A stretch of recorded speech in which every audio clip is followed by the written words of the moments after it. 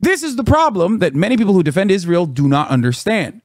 Many people who defend Israel kept literally talking about like, this is Hamas, Hamas is terrorist, Hamas, not realizing that what that ended up doing for many people was negatively polarize them because they were inevitably going to be like, I don't think I want to be on the side of the people who killed 30,000 fucking people, almost 45,000 fucking people.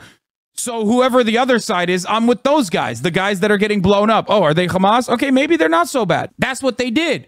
Because no matter what, there are objectively right and wrong things that people are doing. October 7, a lot of atrocities occurred, okay? In the hands of the Palestinian resistance groups, 100%. But we're not in October 7. It is now March 13th. When you kill 70% plus women and children over the span of fucking 5 months, you can't keep fucking talking about Hamas. People are going to be like, okay, well, the Hamas guys are maybe right. Since October 8th, the Hamas posture has been a defensive one against Israel's ethnic cleansing campaign. And of course, many platforms would never, in previous years, would never even allow this kind of thing, would never even allow this kind of conversation to occur. So I think that, like, this is a legitimate issue for people who want to control TikTok. They want to turn it into Instagram. They want to turn it into Facebook. Meta literally openly bans you or suppresses you for being pro-Palestine. That's it. And this is not like a right-wing grievance. This is not the type of grievance that, right-wingers bring up all the time and they're like, oh, why are my grandchildren not calling me? This must be because of the evil liberal social media platforms. They're doing this actually. Like, no, they just straight up ban you. They openly ban you and you can't do anything about it. Like, what the fuck are you going to say, bitch? Shut the fuck up. We're goddamn Facebook. They openly do it, for the record. Here is Human Rights Watch. Meta's broken promises.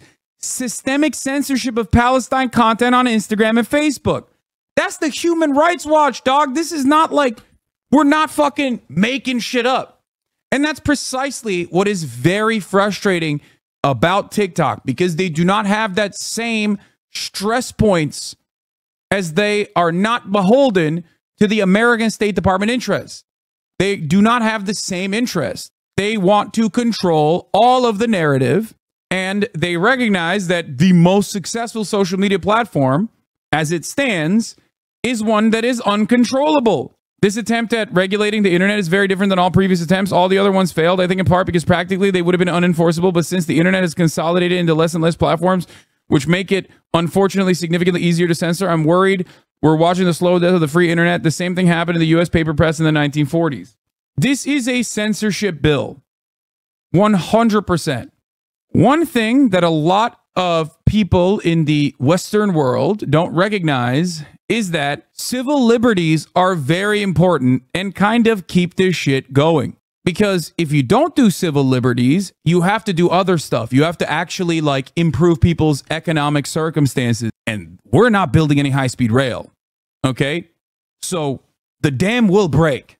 You either have to build the fucking high-speed rail and like genuinely show to the people that like there is prosperity to be had, that the government does have your best interest at heart, which is what they do in China, but then they suppress your civil liberties, right? So people are like, okay, well, fuck. I mean, sure, at least the situation seems good. There is like a collective consciousness surrounding a genuine improvement into people's material conditions. Now, of course, as time goes by, and that worsens, and the future prospects of the younger generation in China worsens, you will also see people demanding more civil liberties, for the record.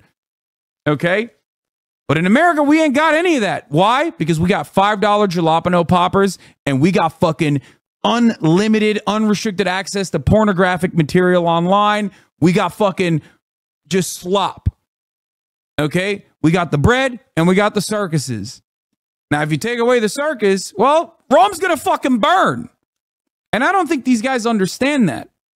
Or maybe they think they can continue limiting and making you feel like you have this choice in what you are watching and what you are consuming, while simultaneously consolidating it and making it worse and worse.